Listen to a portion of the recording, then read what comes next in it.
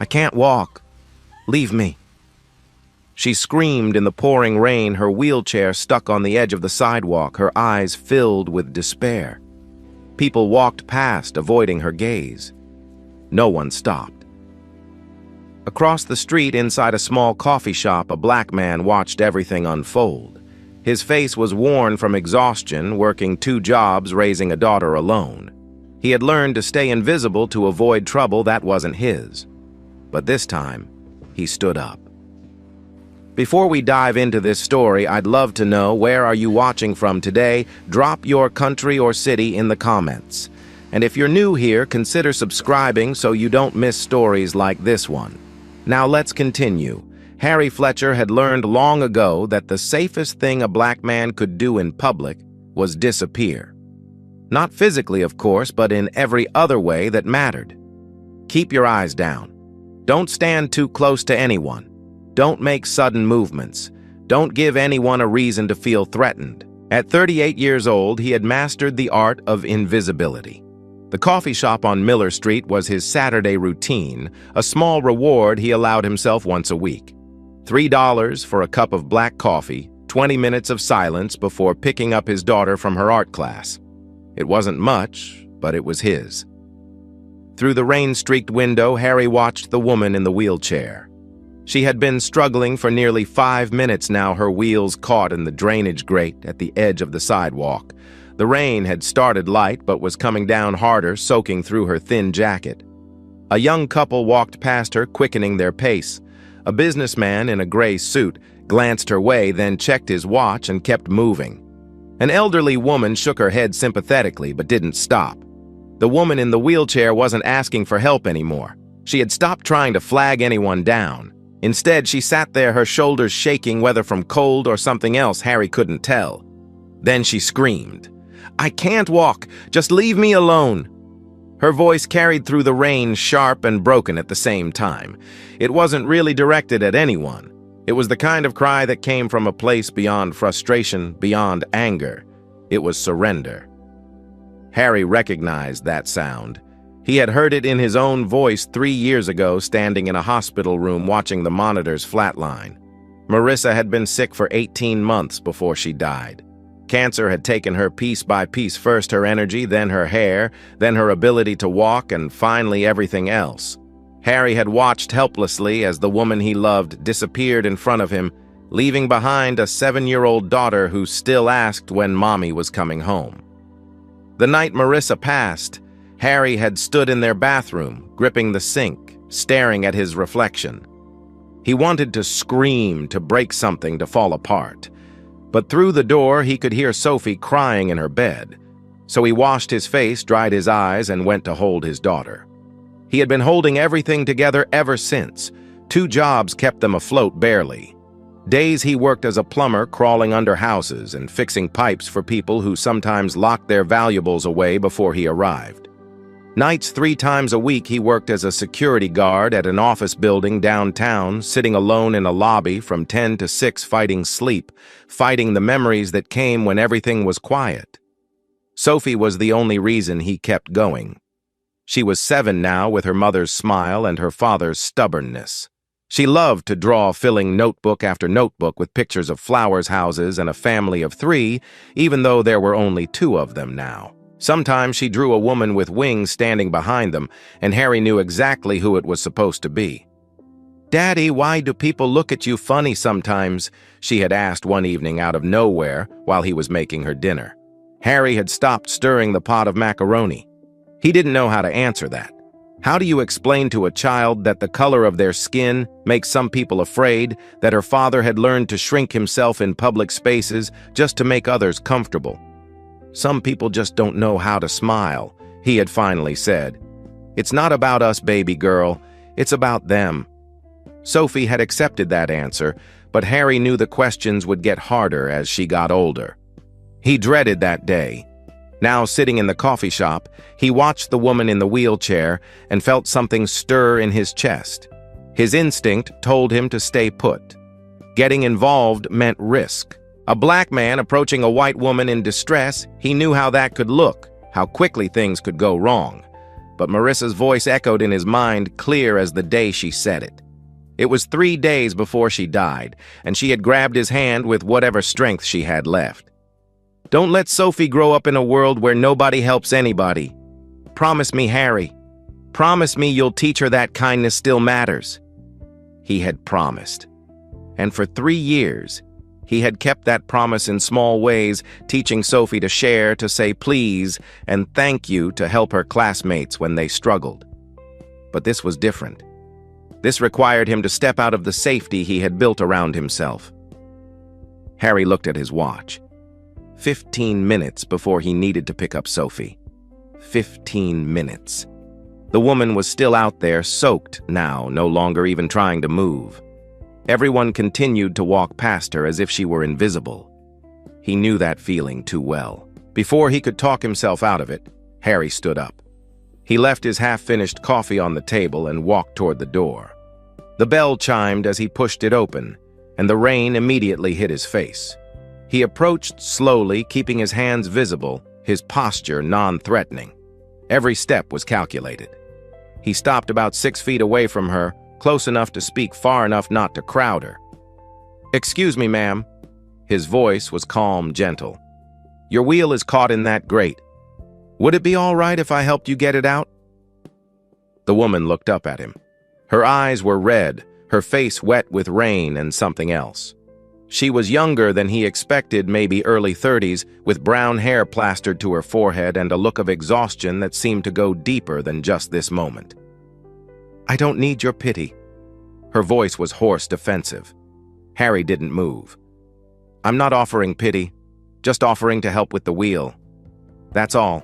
She stared at him for a long moment, searching his face for something, judgment maybe, or ulterior motives. Whatever she was looking for, she didn't seem to find it. "Fine." The word came out sharp, reluctant.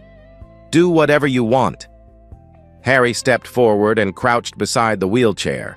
The front wheel was wedged firmly in the grate, the metal bars gripping it like teeth.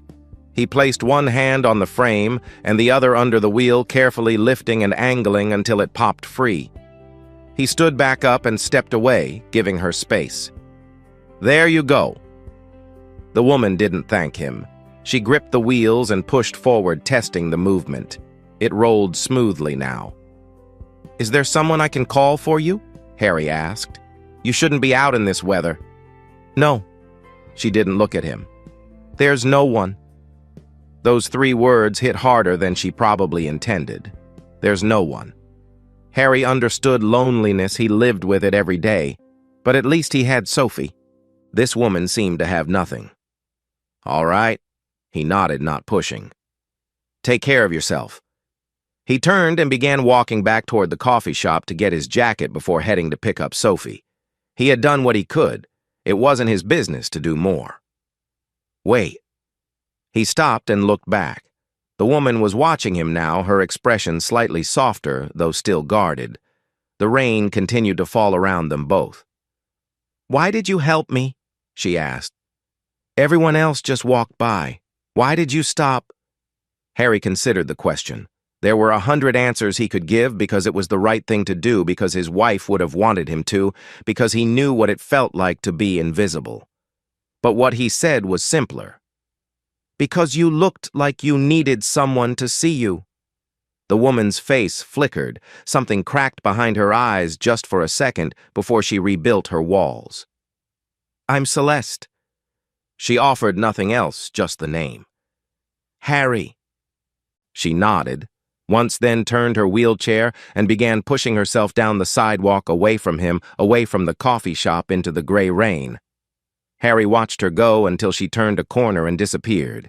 He didn't know her story, didn't know why she was alone in a wheelchair on a rainy Saturday afternoon, didn't know why she had screamed those words that now echoed in his mind. "I can't walk. Just leave me alone." He checked his watch. Time to pick up Sophie. As he walked toward his car, Harry couldn't shake the feeling that this wasn't the last time he would see the woman named Celeste. Something about her, the anger, the pain, the loneliness, felt familiar. It felt like looking into a mirror. But he had his own life to manage, his own battles to fight. He couldn't afford to take on someone else's war. Or so he told himself. 3 days later, Harry saw her again. He was at the grocery store on Maple Avenue picking up milk and cereal for Sophie when he spotted Celeste in the canned goods aisle. She was reaching for a box of oatmeal on the top shelf, her wheelchair limiting how far she could stretch. Her fingers brushed the edge of the box but couldn't quite grasp it. Harry started walking toward her, but before he could get close, a store employee stepped into his path. The woman was in her 50s with graying hair pulled back tight and a name tag that read Ruth. "Can I help you find something?" Ruth asked, but her tone wasn't helpful. Her eyes moved from Harry's face to his hands to his worn jacket, conducting an inventory of suspicion. Harry stopped. He knew this routine. "No, ma'am, just shopping." Ruth didn't move. Her gaze flickered toward Celeste, then back to Harry, as if she were calculating the distance between them, measuring the threat level. "The woman doesn't seem to know you," Ruth said, her voice dropping lower. "Maybe you should shop in another aisle." Before Harry could respond, Celeste's voice cut through the tension. "He's fine." She had turned her wheelchair around and was watching the exchange. "He helped me the other day. He's not bothering anyone." Ruth's expression shifted, not quite apologetic, but retreating. She gave Harry one last look before walking away, disappearing around the corner toward the registers. Harry exhaled slowly. He walked over to where Celeste sat and reached up, grabbing the oatmeal box she had been trying to get. He placed it in her lap without a word. "Thank you." Celeste looked up at him. "And I'm sorry for how I acted before. In the rain, I was rude." "You were having a hard day," Harry said simply. "We all have those." She studied him for a moment, as if trying to figure out why he wasn't angry, why he wasn't demanding an apology or holding her behavior against her. "I'm Celeste Morgan," she said finally. "I don't think I told you my last name before." "Harry Fletcher."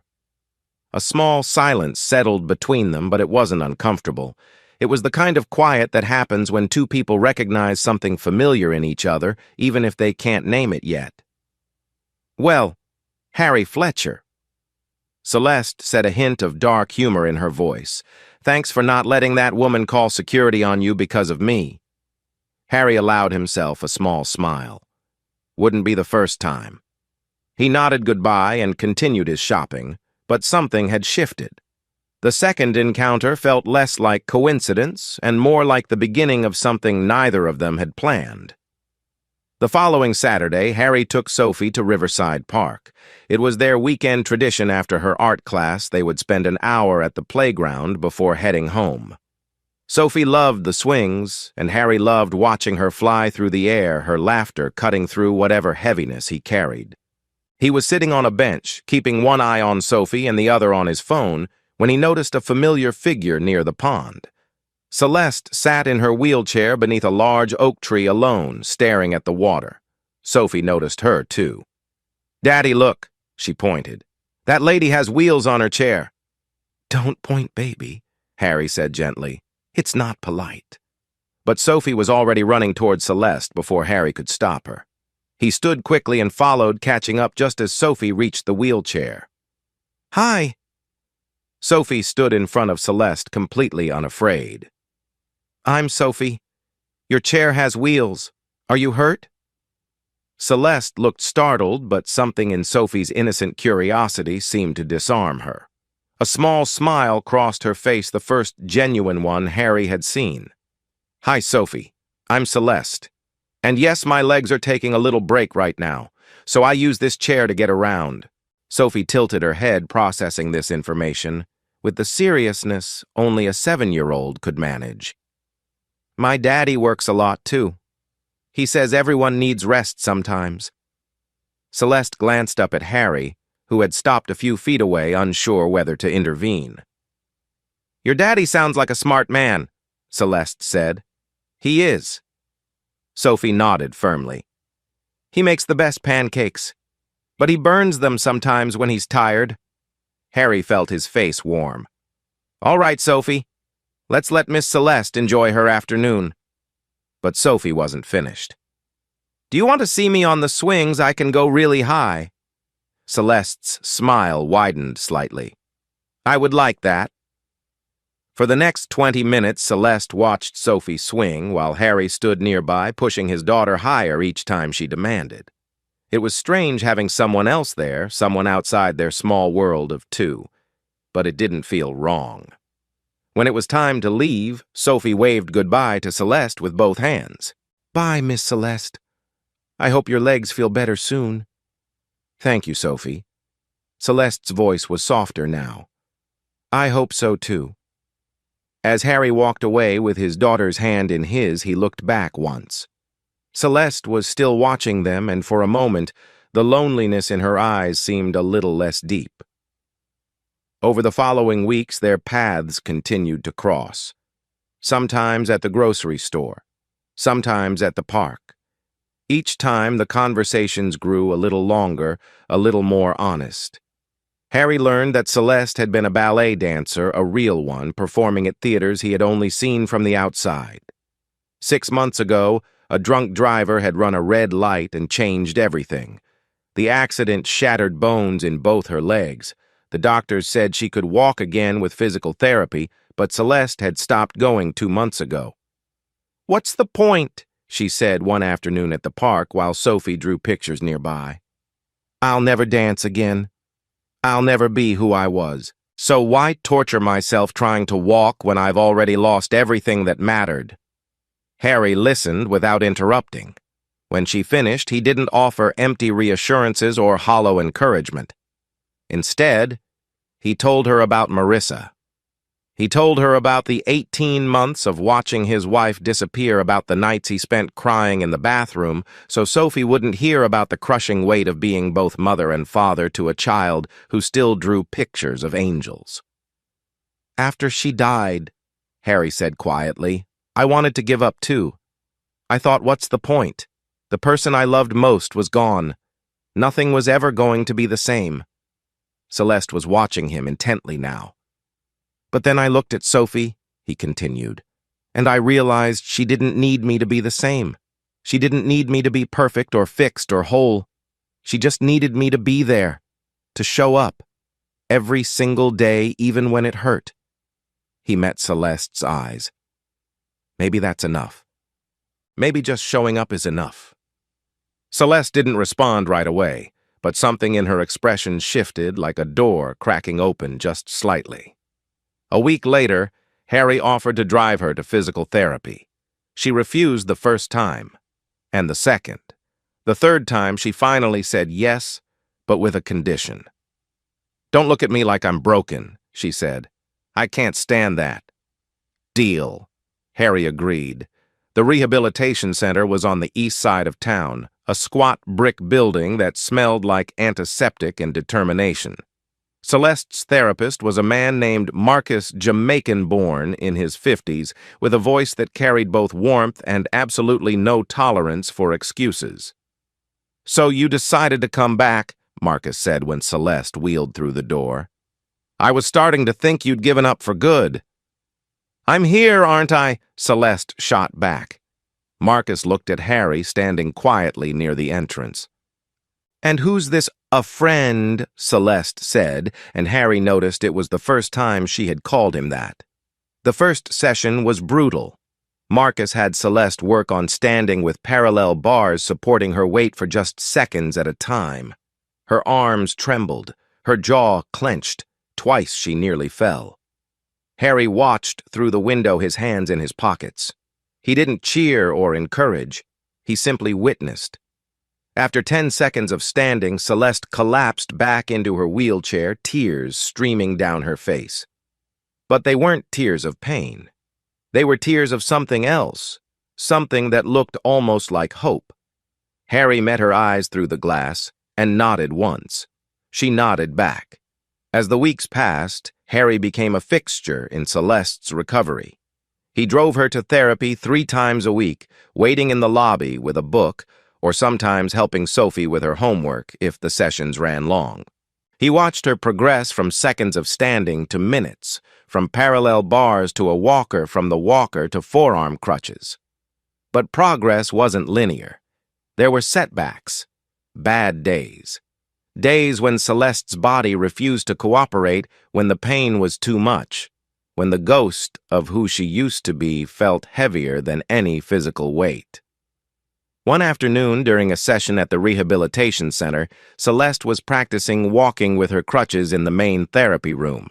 Other patients were there too, an elderly man recovering from a stroke, a teenager with a sports injury, a woman relearning to use her arm after surgery. Celeste was halfway across the room when her left leg buckled. She went down hard, her crutches clattering against the floor, her body crumpling in a heap.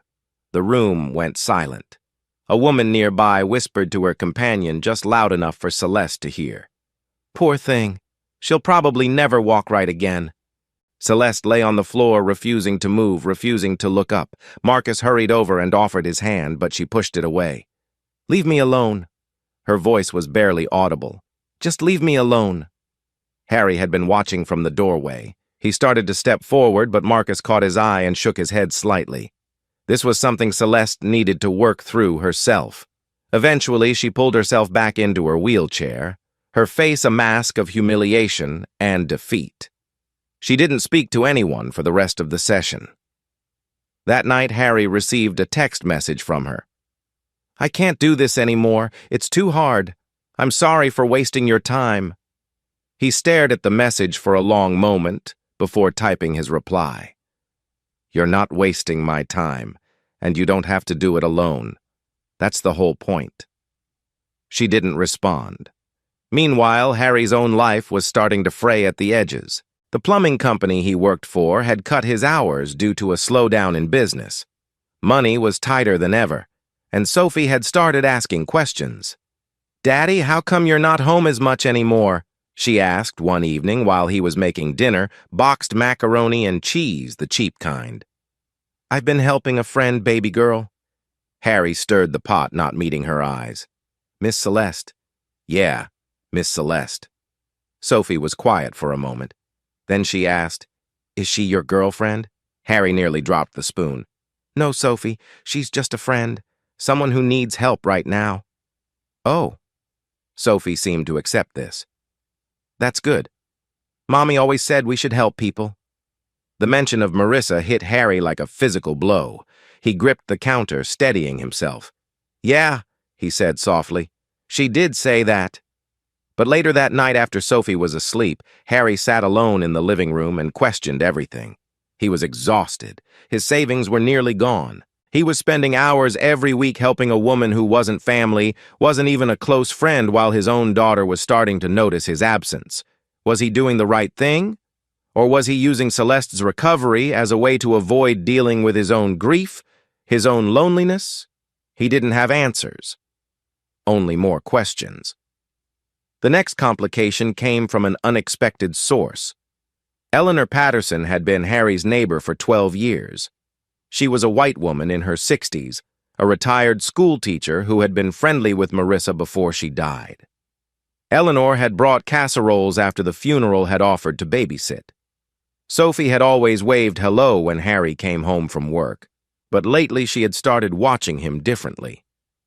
One evening, as Harry was getting out of his car after dropping Celeste at her apartment, Eleanor appeared on her porch. "Harry." Her voice was pleasant, but there was something underneath it. "I've noticed you've been spending a lot of time with that young woman, the one in the wheelchair." Harry tensed. "She's a friend. I've been helping her get to her medical appointments." Eleanor nodded slowly. "That's very kind of you. But I have to ask, have you thought about how it looks? A man in your situation spending so much time with a woman who isn't family?" Harry felt the familiar burn of anger mixed with helplessness. He knew what she was really asking. He knew what "a man in your situation" meant. "I'm helping someone who needs help," he said evenly. "That's all." Eleanor smiled tightly. "Of course. I just worry about Sophie. Children notice things, you know. And people talk." She went back inside, leaving Harry standing in his driveway, his hands clenched at his sides. No matter what he did, he couldn't escape the judgment. Help someone and people questioned his motives. Keep to himself and he was invisible.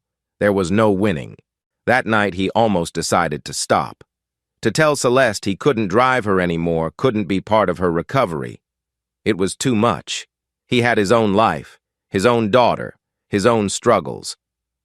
But then he thought about her lying on the floor of the rehabilitation center, refusing to get up.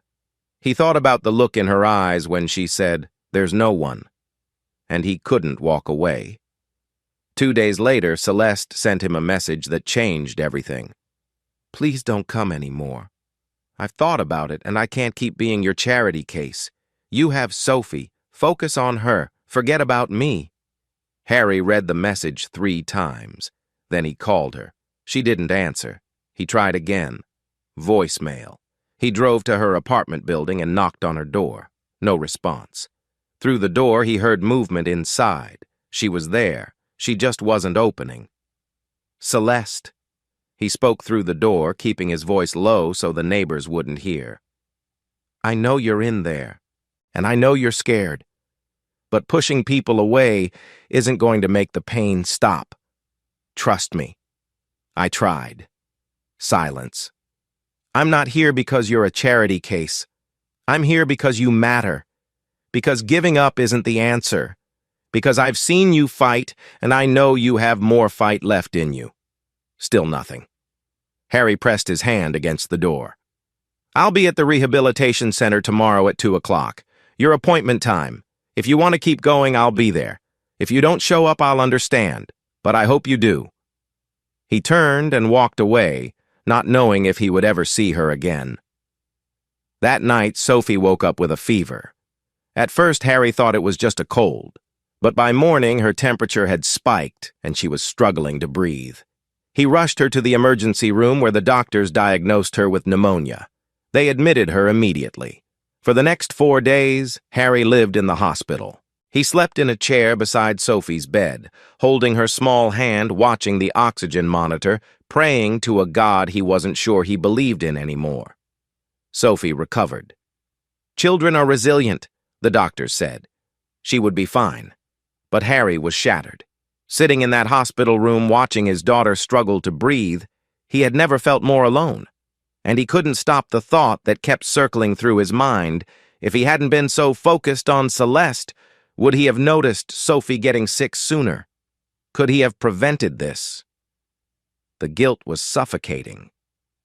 After Sophie was released, Harry took her home and tucked her into bed. He sat beside her until she fell asleep, then walked to the living room and collapsed onto the couch. He thought about kindness and what it cost. He thought about his promise to Marissa and whether keeping that promise meant failing their daughter. He thought about Celeste alone in her apartment and wondered if any of it mattered.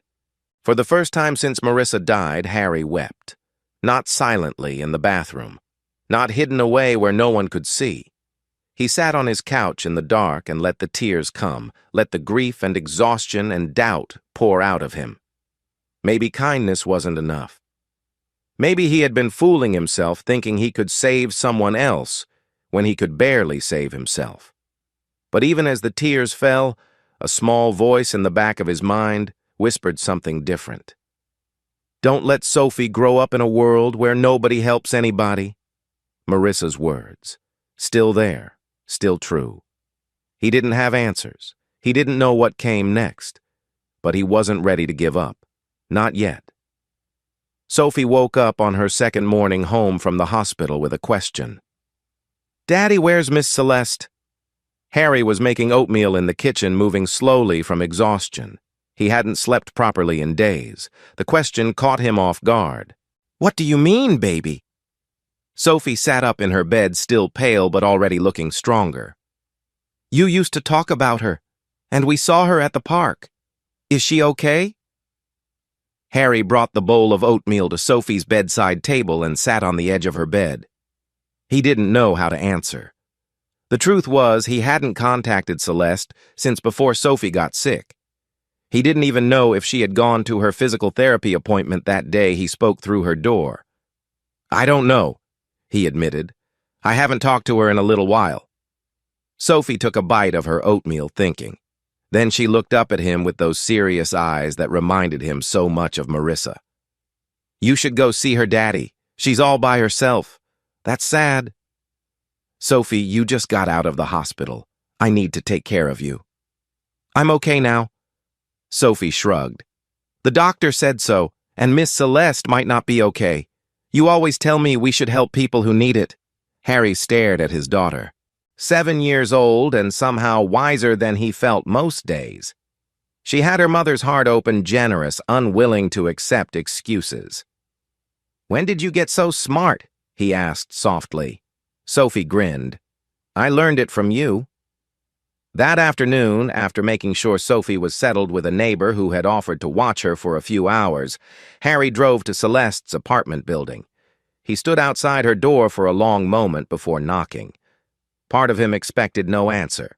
Part of him wondered if she had given up entirely if he was already too late. The door opened. Celeste stood there, sat supporting herself with forearm crutches. She looked thinner than before, with dark circles under her eyes, but she was upright, on her own feet. "You came back," she said quietly. "I told you I would." She didn't invite him in immediately. Instead, she studied his face, taking in the exhaustion and the worry lines that had deepened over the past week. "Something happened," she said.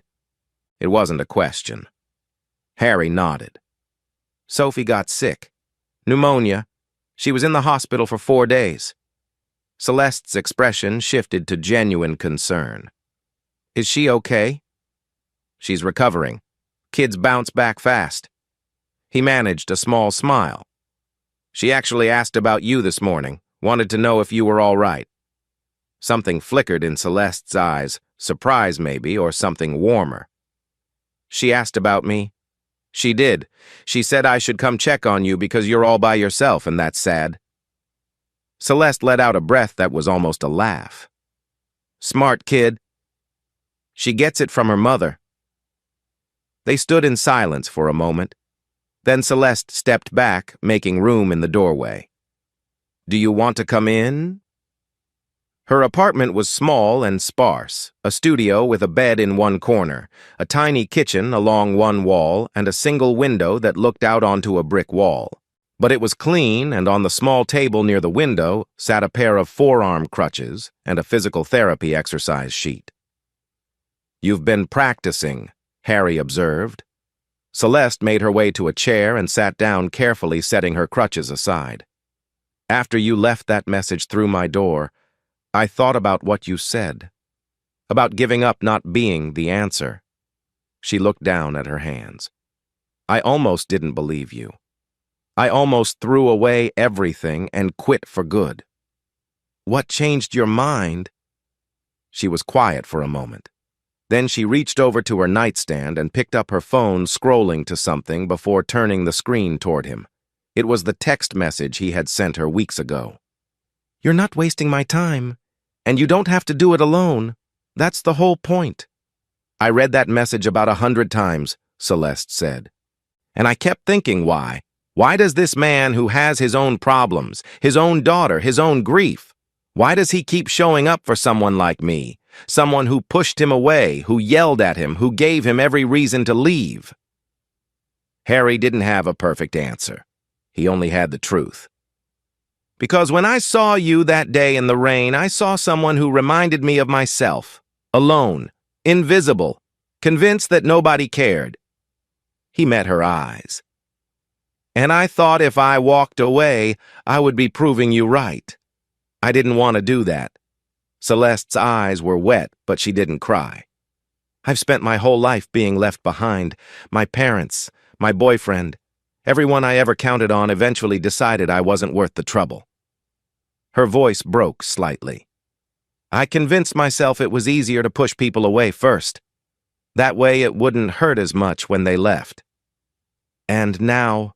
Harry asked gently. "Now I don't know." She shook her head. "You're still here. After everything, I don't know what to do with that."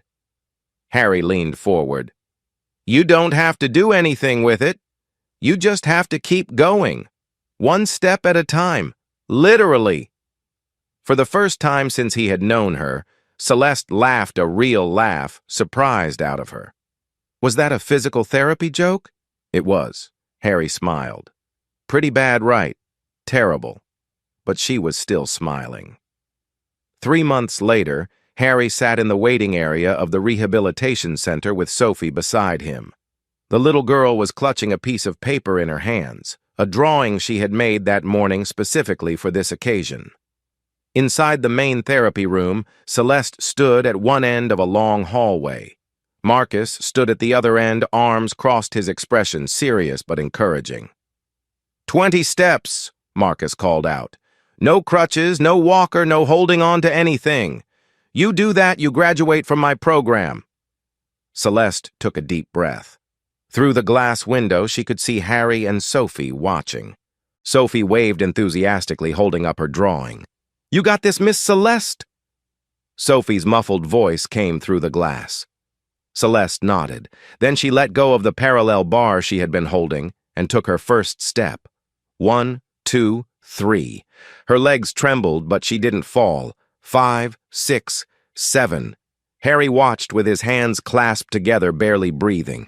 10, 11, 12. Celeste wobbled at step 15, her arms shooting out to balance herself. For a moment, it looked like she might go down. But she steadied, found her center, and kept going. 18, 19, 20. She reached Marcus and grabbed his arm to steady herself, breathing hard. But she was standing. She had made it. Sophie jumped up from her seat and pressed her face against the window. She did it, Daddy, she did it. Harry smiled a full smile, the kind that reached his eyes. Yeah, baby, she did. Inside the room, Celeste turned to look at them through the glass. Tears were streaming down her face, but she was laughing. She pointed at Sophie and gave her a thumbs up. Sophie held up her drawing so Celeste could see it. It showed 3 figures standing together, a tall man, a little girl with curly hair, and a woman with brown hair standing on her own 2 feet. At the bottom, in Sophie's crooked handwriting, were the words, Miss Celeste can walk now. 2 weeks later, Harry and Sophie were sitting in the coffee shop on Miller Street, the same one where it all began. Saturday afternoon, their usual routine. The bell above the door chimed, and Celeste walked in. Walked, not wheeled. She moved carefully, still finding her balance, but she was doing it on her own. No wheelchair, no crutches, just herself. Sophie spotted her first and scrambled out of her seat. Miss Celeste? Celeste caught the little girl in a hug, laughing. Hey, Sophie, I brought you something. She handed Sophie a small gift bag. Inside was a set of professional colored pencils, the expensive kind, better than anything Sophie had ever owned. For your drawings, Celeste explained. Because you make really good ones. Sophie's eyes went wide. Daddy, look. Harry stood as Celeste approached the table. She looked different now, not just physically, but in some deeper way. The bitterness that had hardened her features when they first met had softened. She looked like someone who had remembered how to hope. How does it feel? Harry asked. Strange, Celeste admitted. Good strange, like I'm meeting myself again for the first time. She sat down across from him and Sophie squeezed in beside her, already opening the colored pencils. Thank you, Celeste said quietly, so Sophie wouldn't hear. For everything. For not giving up on me when I gave you every reason to. Harry shook his head. You did the hard part. All I did was show up. That's the hardest part, Celeste replied. Most people don't. Through the coffee shop window, Harry could see the spot on the sidewalk where he had first seen Celeste months ago, trapped in her wheelchair, screaming at the world to leave her alone. Now that same sidewalk was bathed in afternoon sunlight, and the woman who had once been stuck there was sitting across from him, whole and healing. Daddy, Sophie said, tugging at his sleeve, can Miss Celeste come to the park with us? Harry looked at Celeste. What do you think, feel like taking a walk? Celeste smiled a real smile, unguarded and warm. Yeah, she said. "I think I'd like that." They left the coffee shop together, a man, his daughter, and a woman who had learned to walk again in more ways than one. The sun was warm on their faces, and the sidewalk stretched out ahead of them, open and waiting. Sometimes the person the world expects the least from turns out to be the one who stays until the end. And sometimes staying is the bravest thing anyone can do. If this story touched your heart, hit that subscribe button and turn on notifications. Every week we share stories about ordinary people doing extraordinary things. Thank you for being here. And remember, sometimes the smallest act of kindness can change someone's entire life. Until next time.